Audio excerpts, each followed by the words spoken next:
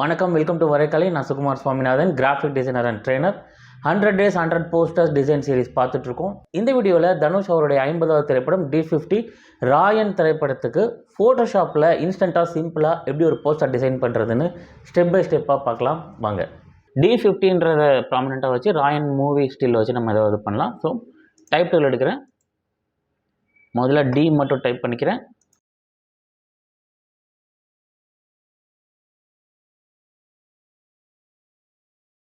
So இதை கொஞ்சம் நம்ம ஏதாவது எஃபெக்ட் கொடுக்கலாம், ஒரு விண்ட் எஃபெக்ட்.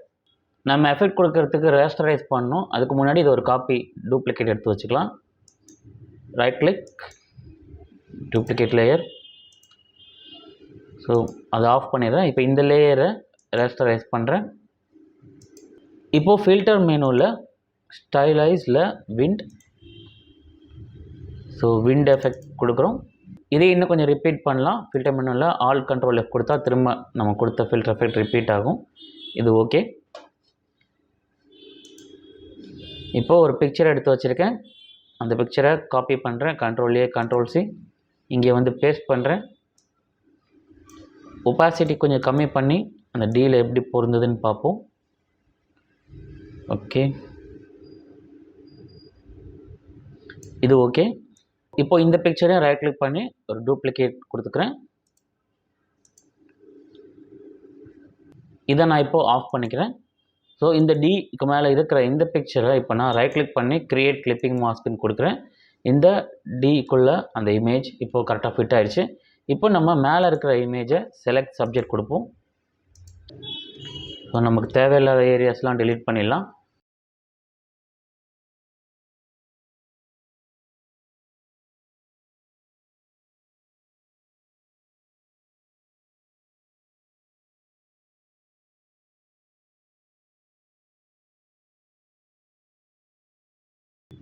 இப்போது Ctrl+J கொடுக்குறேன். ஸோ நம்ம செலெக்ஷன் மட்டும் இப்போது காப்பி ஆகிடுச்சு.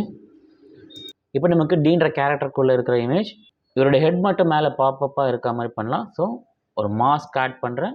இங்கே பிளாக் வச்சுட்டு ப்ரஷ் எடுக்கிறேன். ஸோ இந்த போர்ஷன்ஸ் நமக்கு வேண்டாம். அகெயின் நமக்கு டி தெரியணும். ஸோ இந்த இடங்களில் டிக்கு உள்ளே மட்டும் இருந்தால் போதும். ஹெட் மட்டும் பாப்பப்பாக நல்லாயிருக்கும். ஓகே, டி ரெடி ஆகிடுச்சு. அடுத்தது இதே ஃபாண்ட்டில் நம்ம 15 டைப் பண்ணுவோம். ஸோ நம்ம ஏற்கனவே ஒரு பேக்கப் இதே ஃபாண்ட் டூப்ளிகேட் பண்ணி வச்சுருக்கோம். அந்த லேயரை மேலே கொண்டு வரேன். ஓகே, இந்த ஸ்டேஜ் ஃபைன். மெயினான கண்டென்ட் D50க்குள்ளே நான் அப்படி ப்ரெசென்ட் பண்ண நினச்சேன். அடுத்து பேக்ரவுண்ட் கலர் பார்த்திங்கன்னா தனுஷ் அவருடைய மேலே லைட்டு டூயல் லைட் இருக்குது. ஒரு பக்கம் ப்ளூவும் இன்னொரு பக்கம் எல்லோவும் இருக்குது. இதுக்கேற்ற மாதிரி நம்ம கிரேடியன்ட் பேக்ரவுண்ட் கலர் கொடுக்கலாம்.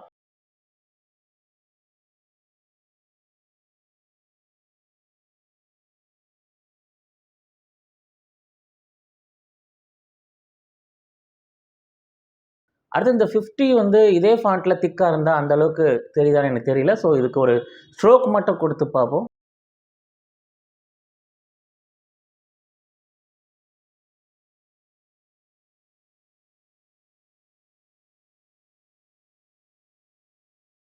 ஓகே, இந்த பர்டிகுலர் ஸ்டேஜ் எனக்கு சாட்டிஸ்ஃபேக்ஷனாக இருக்குது.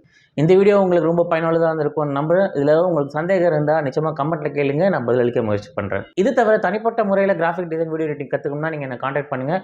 1-to-1 ஆன்லைன் லைவ் ட்ரைனிங் நான் வழங்கிட்டு இருக்கேன். ஃபோட்டோஷாப், இன்டிசைன், இல்லஸ்ட்ரேட்டர் மற்றும் ப்ரீமியர் ப்ரோ அப்ளிகேஷன்ஸில். மீண்டும் வரைக்கலையில் சந்திப்போம். சுகுமார் சுவாமிநாதன்.